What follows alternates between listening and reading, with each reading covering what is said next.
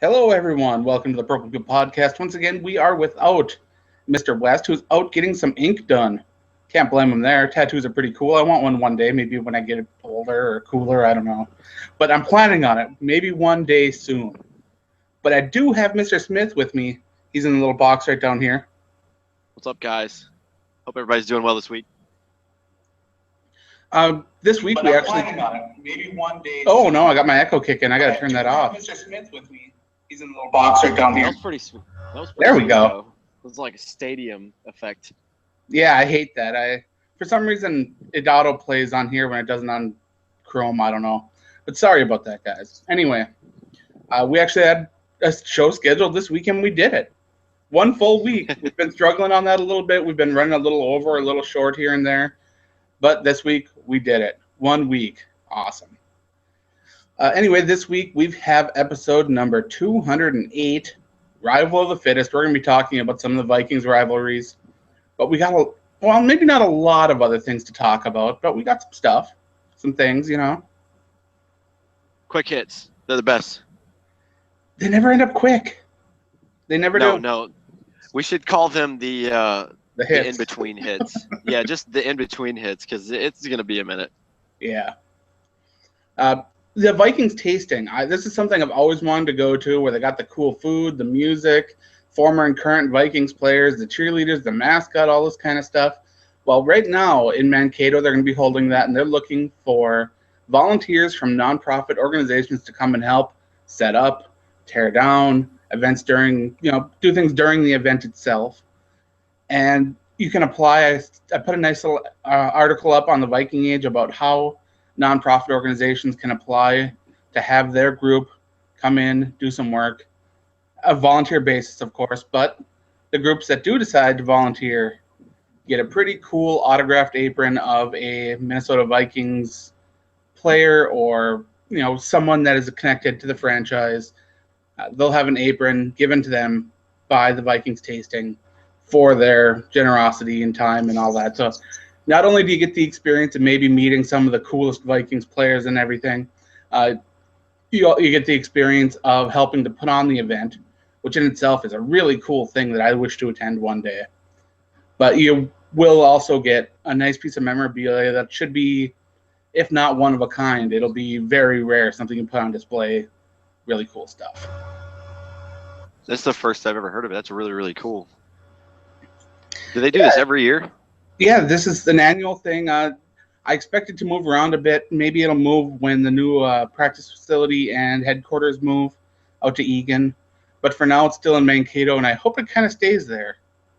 Just to keep them to have some tie with the Vikings, because once they move out of Mankato for the training camp, I'm not sure how much of a connection they'll still have to Vikings football. I'm gonna have to do more research on that. That's really, really cool. I have to find a way to get a ticket to that. Yeah, tickets are pretty cheap too. So if you live in the area, go check it out. And if you're following the Wells Fargo situation, which I have no choice to because in the Viking Age I write about it constantly, and none of my other writers really like to tackle the topic. Legal issues can be rough, but as you know, the Vikings won the war as far as whether or not the sign would stay up or go down. So the Wells Fargo has to take the sign down. It'll cost them about $500,000.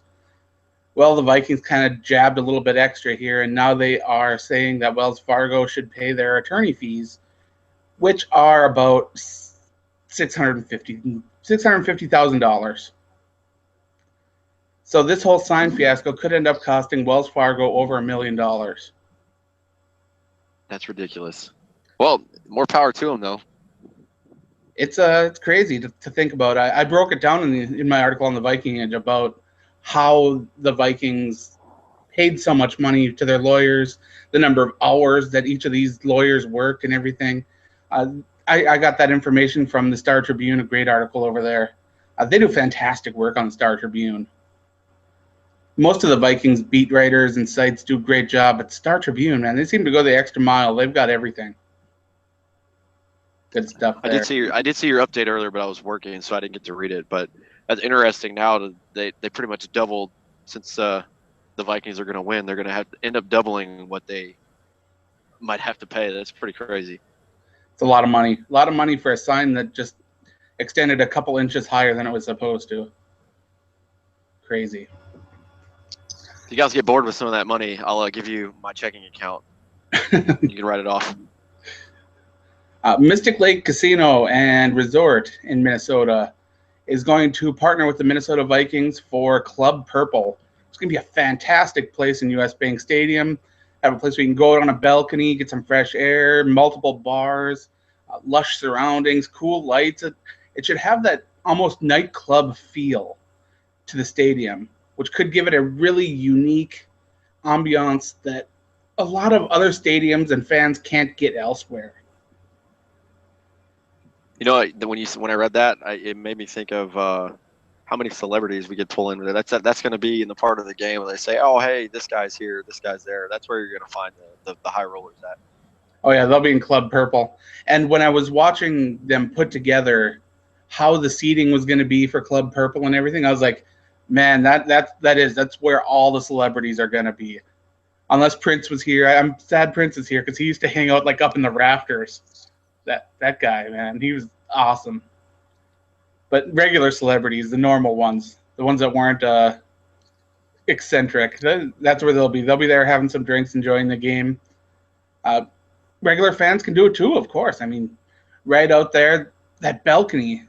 I know that US Bank Stadium has those doors that'll open and close, but for days when that's closed, then people want a breath of fresh air. Because let's face it, sometimes being packed in a stadium with a bunch of other people just isn't a lot of fun. You need a little bit of space. You need some fresh air.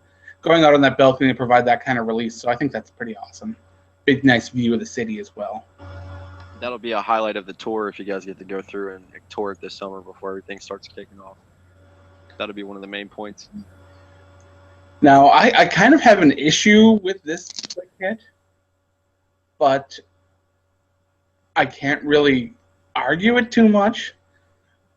Sports Illustrated did a ranking of all the players, the different positions for the safety.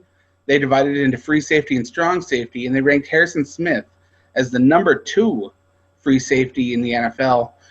Now, the Minnesota Vikings are kind of unique in the way that they don't designate between free safety and strong safety. What they do is they basically have the 2 safeties that they give different assignments to based on their skill set, rather than giving them specific jobs like, okay, you are here to act as the linebacker, you're a tackler, you're going to go back into coverage. This way the Vikings can change things up and keep offenses on their toes, give different looks, that sort of thing.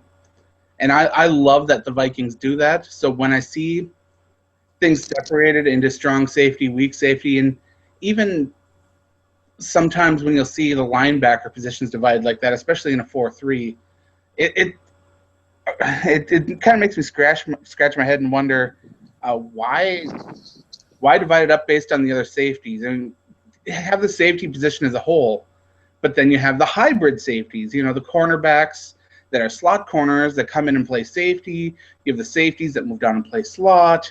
You have the safeties that come in nickel situations and fill in on linebacker. These defenses are becoming so athletic and so freakish that it's hard to know what's what. But the nice thing is that we know Harrison Smith is that athletic freak that can get it done, and it's awesome to see him getting recognized because he does deserve it. He really does. I had to go and check this out because when Pro Football Focus put him as the number 1 overall the last 2 years, and then I saw he was number 2, it immediately grabbed my eye. But seeing what you were talking about and the different way that they look at this for this particular rank is really funny. But it was none other. It had to be Earl Thomas the first person that came to my mind, because that's the first person everybody else I would think on a consensus would say he's number 1 overall. But overall, with the article we talked about 2 weeks ago, Harrison was number 1, but based on the free safety position, they had to break it down, which you did a pretty good job of explaining that, by the way. Plug that, because you guys need to check it out. Helps you for the average fan like me when you forget some things or some things you still might not know. So, yeah, I wasn't surprised to see him behind Earl, but I mean, even with this, I think the moral of what I'm getting at for this part of the rant is be like a household name out there. It'll still be him or it'll be Honey Badger or somebody else, and you'd be like, man, this guy's he's been a top safety for like 3 years now. Where you guys been? But he's, for whatever reason, he won't get the recognition. It's because he doesn't play in that big market. He won't until the Vikings are annual contenders, and he makes an impact on a regular basis in big games. Fans won't recognize it. It's just the way it works. And that is a shame. Plenty of opportunities for that this year, which we'll talk about later because I won't jump it now, but we'll talk about that later for primetime games when we talk about my bold statement tonight. But we'll get back to that later because he's made some pretty awesome plays. You're talking about he's got to make a big play in a big game. I think about the Giants game last year. That was like one of the coolest pick sixes I've seen in a while. Oh, yeah, but he's got to do that consistently in a small market. And I hate that that's the fact. I do. I dislike it immensely. But it's possible, though. You guys know I'm from Charlotte, and Charlotte in the last couple of years has made a big name. That's not a big market, and now they have some top-notch players. Luke Kuechly is the first person that comes to mind. So I think it can be done, but you're right. And a lot of players can become products of those big markets and get overinflated because of it.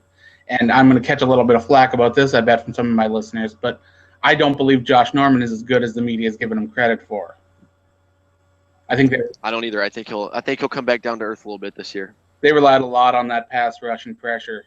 They did. And I don't get me wrong, Josh Norman's good. He's got that attitude that you want. And Harrison Smith has flashed that attitude as well. But being a product of the market that you're in can be rough. And Harrison Smith's kind of feeling that on the downside because of that. Moving on, we got two players that really will never be underestimated on the football field. Aaron Rodgers and Adrian Peterson, they were both on NFL Network's top 100 players list. And Adrian Peterson edged out Aaron Rodgers just by one spot. Yes, that made me extremely happy. But you gotta think about last year. His number one receiver was taken down, and they were a little out of sync up in, especially in the middle of the year. They were not the normal Green Bay team, but I don't care. We're gonna take it. Viking finished ahead of the best Packer on there, so I'm very excited about that. Now, again, I guess I'm digging for people to be up and on me about it this week, but I don't think either of them deserve to be that high. I don't. Aaron Rodgers had a very disappointing season. Adrian Peterson, despite leading the league in rushing yards and tying for the league lead in rushing touchdowns, that was a disappointing season for me.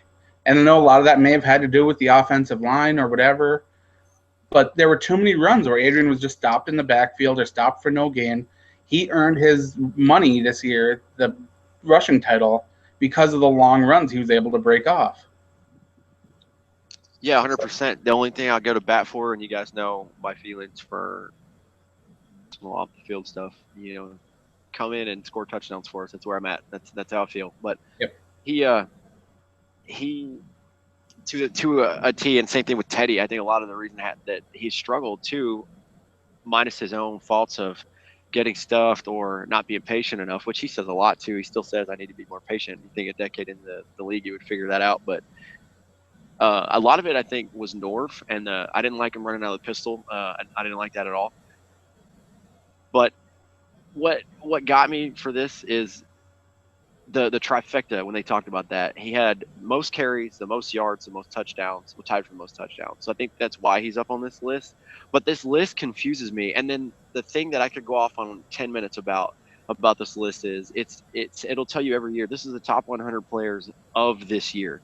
So I had a lot of flack too, just to steer away from those two for 1 second. A lot of people were like, I can't believe Cam Newton's number one. If the MVP is not the number one player on that list, I don't think we should be doing the list at all. What we should be, because it doesn't make Jamal Charles was number 75, and he barely played. Yeah, so that's just like last year. Adrian played one game and he was like 60 something. It doesn't make any sense. You don't base it off of talent. I think you're supposed to base it off of what did you do this season? Like the year that Peyton Manning was out, he was still in the top like 20. And I'm like, why is he there? He didn't play at all this year. It doesn't make any sense. But I think a lot of it, what you're saying too, for 5 and 6 for those two, I think it's based off of name, number one, and number two, respect over the last however long they played. Because you play that long, that high of a level, people are just going to give you the props already. But if you have a down year, I think you should get graded as such. I think that's fair. That's absolutely the case. It absolutely is. And I have no problem with people recognizing the accomplishments of either of these players in the past. They've done fantastic jobs for their organization, stepping in, playing excellent football. But this year, I do believe that both of them were rated too highly. And another thing too, to get off on one little extra thing about that is you got to think about too how it was crazy in 2012 because he had to do so much just to get the MVP. When quarterbacks every year, they just got to put up insane numbers. Some even don't even have to win a playoff game. They could put up insane numbers and they could be in the talk. And then you have a guy like J.J. Watt, who's just this dude. He's a freak of nature, doing things you haven't seen in 20 or 30 years. And a year, 2 years ago, I think I'm glad he was in that conversation in the top 10. I believe he was in the top 10, but I think he could have been higher than he was. And you just it's basically that name recognition that really bothers me about that list. But we could talk about that later. It reminds me of the year Manti Te'o was up for the Heisman, and I was rooting for him just because he's a linebacker. It's like, come on, linebacker. Yeah, exactly. Moving on, linebacker Jake Gannis married Peyton Thomas. We have an article about that. Dan wrote one over on the Viking Age.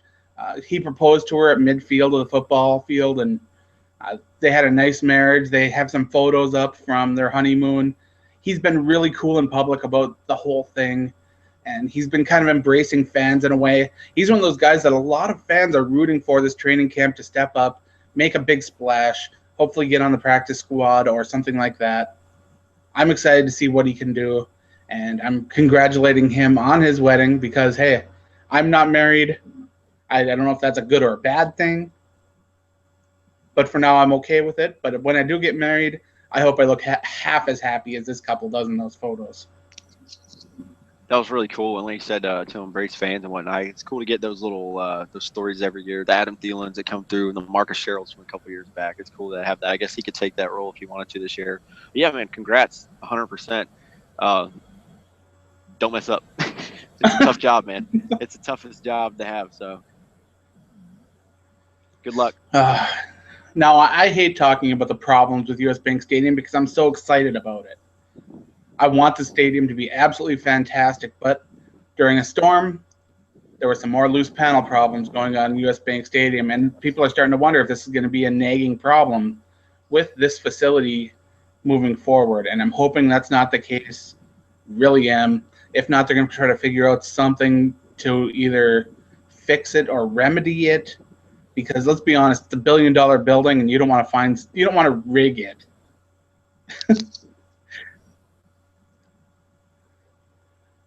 Yeah, Hopefully I haven't maybe read too one much day. in it.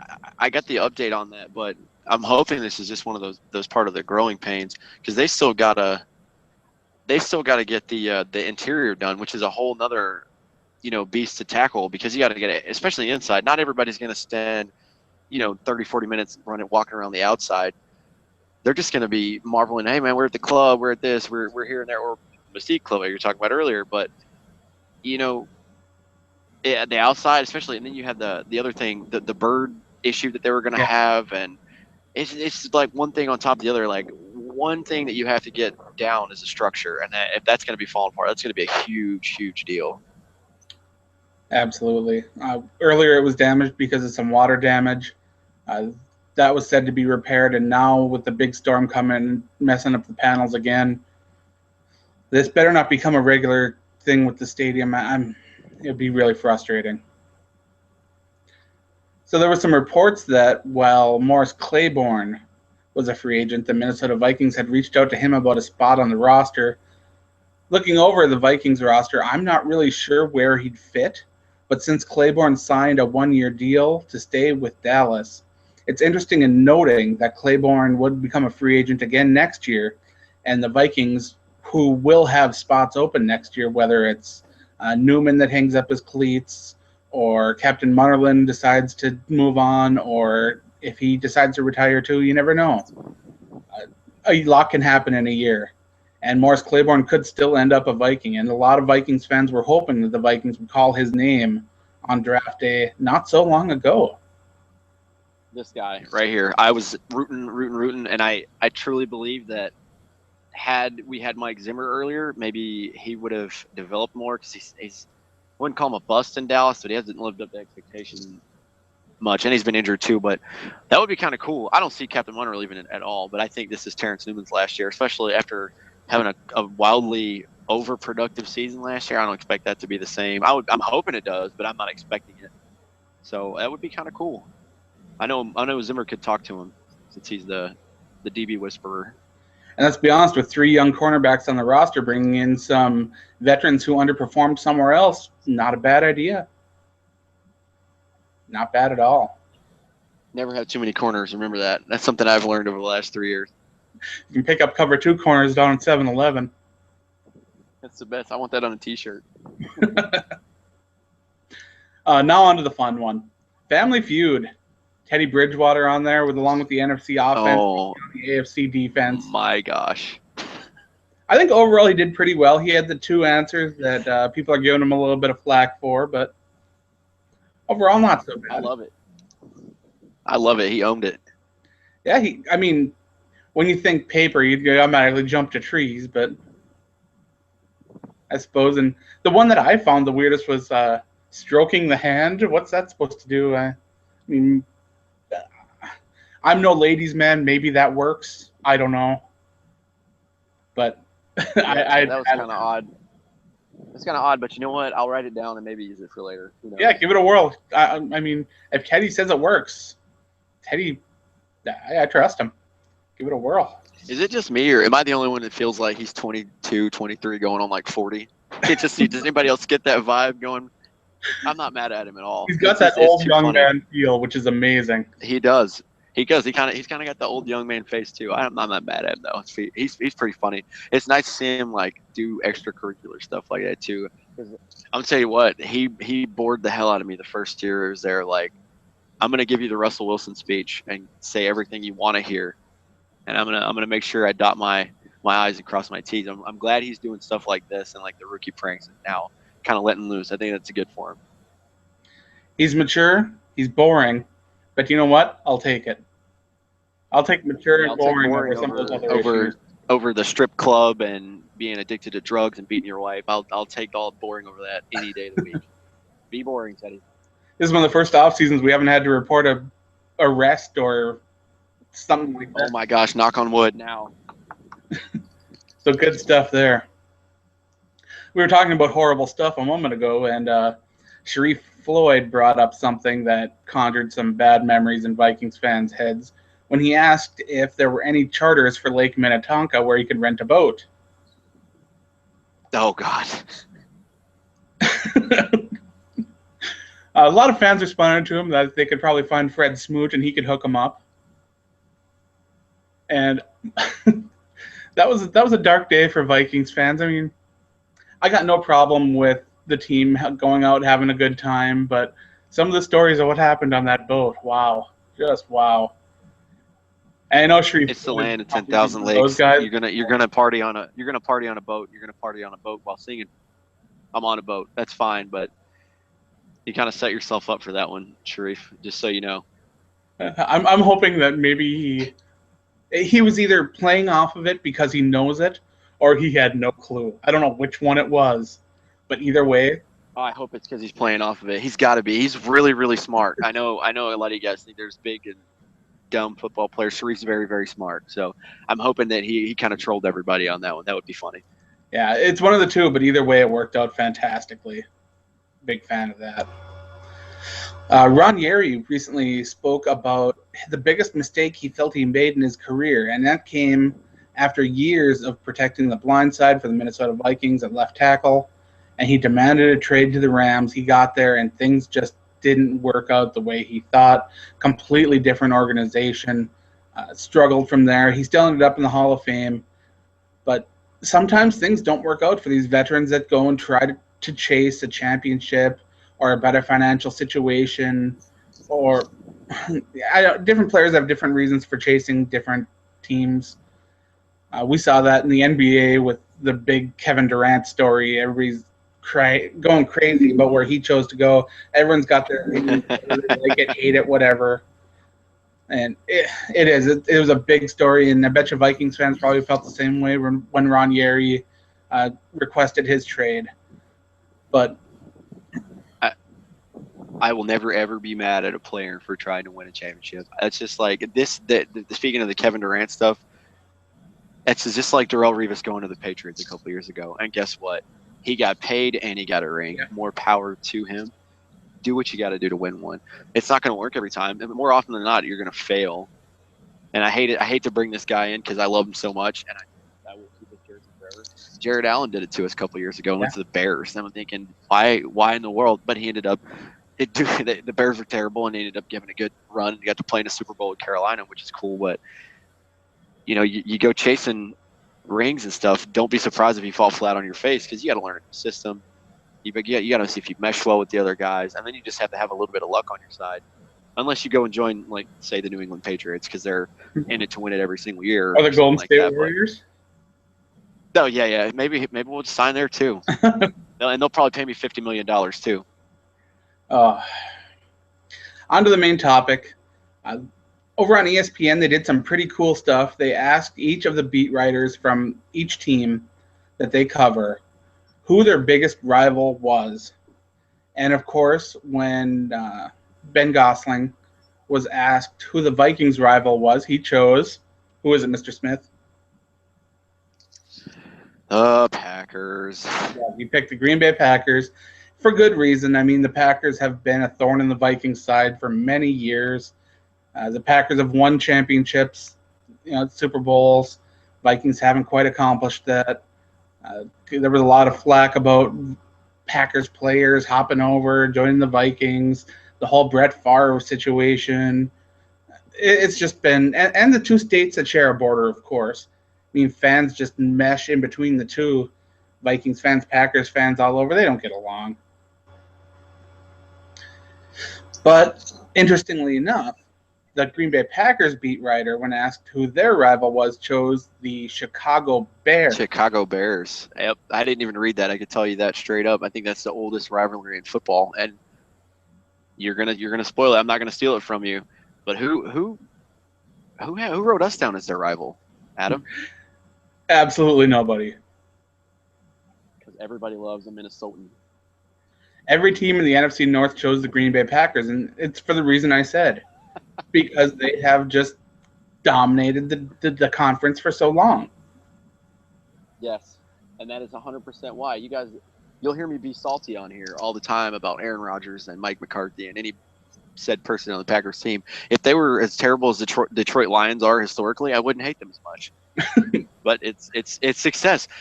People hate success, and if you're not a part of it, you're envious. And there's a difference between the word hate and envy, and that's something that I have to mask it. I call it hate. I'm very envious. I want us to win a championship, and I wish that we could have success like they have. We will one day.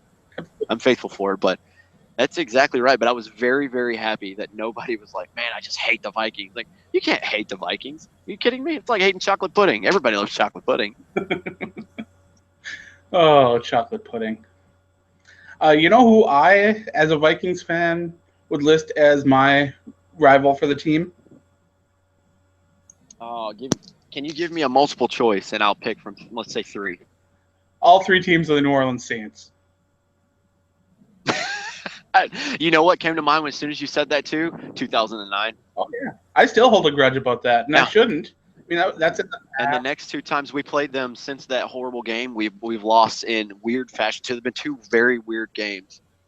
Well, the next year with Favre, and then the other year, 2 years ago with Teddy, we can't seem to win in New Orleans, and it really, really bothers me. It's like Soldier Field does. We just can't find a way to win there. It is. That's a thorn in my side right now. Is New Orleans Saints. I don't even hate the Packers. I don't. I have friends who support the Packers. If the Vikings aren't winning and the Packers are doing all right, awesome. My friends are happy. Great. I mean, I'd prefer the Vikings win because, Vikings, I like the Vikings. They're my favorite team and all that. But if it's not the Vikings, I want my friends to be happy, whether it's the Raiders winning, the Redskins winning, or whoever. Because I have friends that love a lot of different teams around the league. But I don't have any New Orleans Saints friends, and I don't like them. So that's who I'm picking. I'm still salty, and not as much every year. It dies a little bit, but I'm still salty about them trying to kill Brett Favre on the field. Yeah, because you can play the what if game all day long, but I think if the Saints did what they did to the Colts in the Super Bowl, we had a high-powered offense that year and a pretty damn good defense as well. I think we would have done something similar. It might have been a closer game, but not by much. I really do feel like that would have been the year. And you can only imagine how Ray Lewis went out a couple of years ago with a ring. Peyton Manning went out last year with a ring. Favre going out with another ring with another team and it being us. That would have been one of the greatest sports stories ever written. Would have been amazing. And that never happened because of the freaking Saints in 2009. I was so mad. Still mad. The phantom pass interference on Chad Greenway. Oh man, I have never yelled so loud in my life. One of those games too where we're still talking about it now. Is you lost in overtime by a field goal, and we had 5 turnovers. How you were even a part of that conversation of maybe winning the game is beyond me. I have a feeling And we were still in it. My grandkids about this one day. You know what? I'll tell them. I will tell them all day long. But sometimes on NFL Network, they'll air these games, the most heartbreaking games, and that was one of them recently. I will not watch it ever again. It still makes me angry. I haven't watched it since, but it's in here. It's burned in here. Burned. Oh, it's so bad. So bad. I remember where I was too. It's terrible. All right. So last week we didn't have a social media question for this week. Next week, guess what? We don't have one either. But what we're gonna do is I want to jump in. Tommy Gunn is going to get in, and he's going to help us out because you guys probably heard his name 1,000 times on there. He's going to jump in and help us out and kind of give us a new little refreshment in the page. I don't know. I'm really, really bad at it. I'll be the first to admit it, but maybe once every month or so I'll have a decent idea. But we will get you a social media question up so we can give you guys shout-outs and read your comments and everything else because I know you guys are big fans of that when you get to a little bit of recognition on the show. And we want to give you that recognition. Yeah, it's been a while since we've been active on the page. I've been taking over the efforts on the Viking Age, been doing most of my posting over there, and I was kind of like trying to leave it up to the two Kyles to fill in and do some stuff on there, but they both have a lot going on. And I know that Tommy Gunn does too, but between the three of them now with everything going on, we should have some more content up there. We should have some more interaction and just hopefully a little bit more of everything for you guys. Because you guys deserve it. You're the best. We will make it happen. If you can give us one half of an excuse, it is a really boring dead time in football right now. Once everything starts kicking and we can play the what-if game, I promise you it'll be more active. But we apologize, and I apologize for not putting more stuff up because we want to get the Thomas Buges on here that we always get stuff from and the Dorian Foleys. We want to get you guys some more recognition on the show. So thank you. Like what if Teddy Bridgewater has a season-ending injury in week 1 of the preseason? Then what? Everybody, buy a lot of this. Buy a lot of whiskey because it's going to be a long year. Nope. You know what? If it goes down, I'm going to go ahead and say it. We're going to go ahead and just – somebody's got to make the Tebow comment, and I'll go ahead and take it from Kyle West. We're just going to have to call somebody out of retirement for a year just for the hell of it. And those new fresh seats in Minnesota. With so much depth at so many positions, if Teddy goes down, I'm looking up. Come on. Anything. Peyton, are you sure you want to stay retired? You'd look great in purple. I'm just saying. Try to pull away anything you can. Anything you can. Mm-hmm. That's all I have for this week. I know that Mr. Smith has something he wants to finish off the show with. All right, guys. Adam, I believe, told me before the show he wrote something about this. I didn't get the update. Maybe I missed it because I'm kind of doing my thing over here on the other side of the world. But I was on NFL.com today, and I watched if you can filter through the news, if you guys aren't familiar with it, you can filter through news or teams or anything like that. So I always pick Viking news. And his guys, I was telling Adam before the show, dream job of mine to sit around and talk about football, specifically the Vikings all day. They went down game by game and broke down our season coming up. And interestingly enough, I'm going to try to fly through this. Titans at home, which is very weird. They said that we were going to destroy the Titans. I don't know about destroy, but they said they're one of the worst teams in the league. They have a really good young quarterback. They said we would win against the Titans. Home opener against the Packers, unanimously. They said we were going to win. I hope to God that's true. The Carolina game, they unanimously across the board said we were going to lose. I'm trying to think of some in my head. We could split the division games. The one at Soldier Field, they said, we're not going to win that because we can't find a way, and Cutler always plays out of his mind. Minnesota against Chicago, we would sweep Detroit. We would split with Green Bay. The Cardinals, we would find a way to lose it again in heartbreaking fashion. I know that we played the NFC East this year, and I believe, if I'm not mistaken, they said we were going to beat all of those teams. Long story short, I'm going to go ahead and wrap it up now because that'll take forever. But they had a record of 11-5, and I'm going to go ahead and I'm going to be very bland this week, but I'm going to go ahead and agree with that. I'm going to change a couple of my games, and I'm going to do it later when we get the final 50-minute three-man roster. Preseason's over with. Injuries, if they happen, have happened. But I'm going to go ahead and tell you, I really like this prediction based off of Laquan Treadwell, Mackenzie Alexander, all the guys we drafted, the upgrades to the offensive line, and the defensive unit as a whole. We haven't – oh, gosh, I dropped you guys. I'm sorry. We haven't lost anyone on the defensive unit, and if it's that big if, this is the number one burning question this year.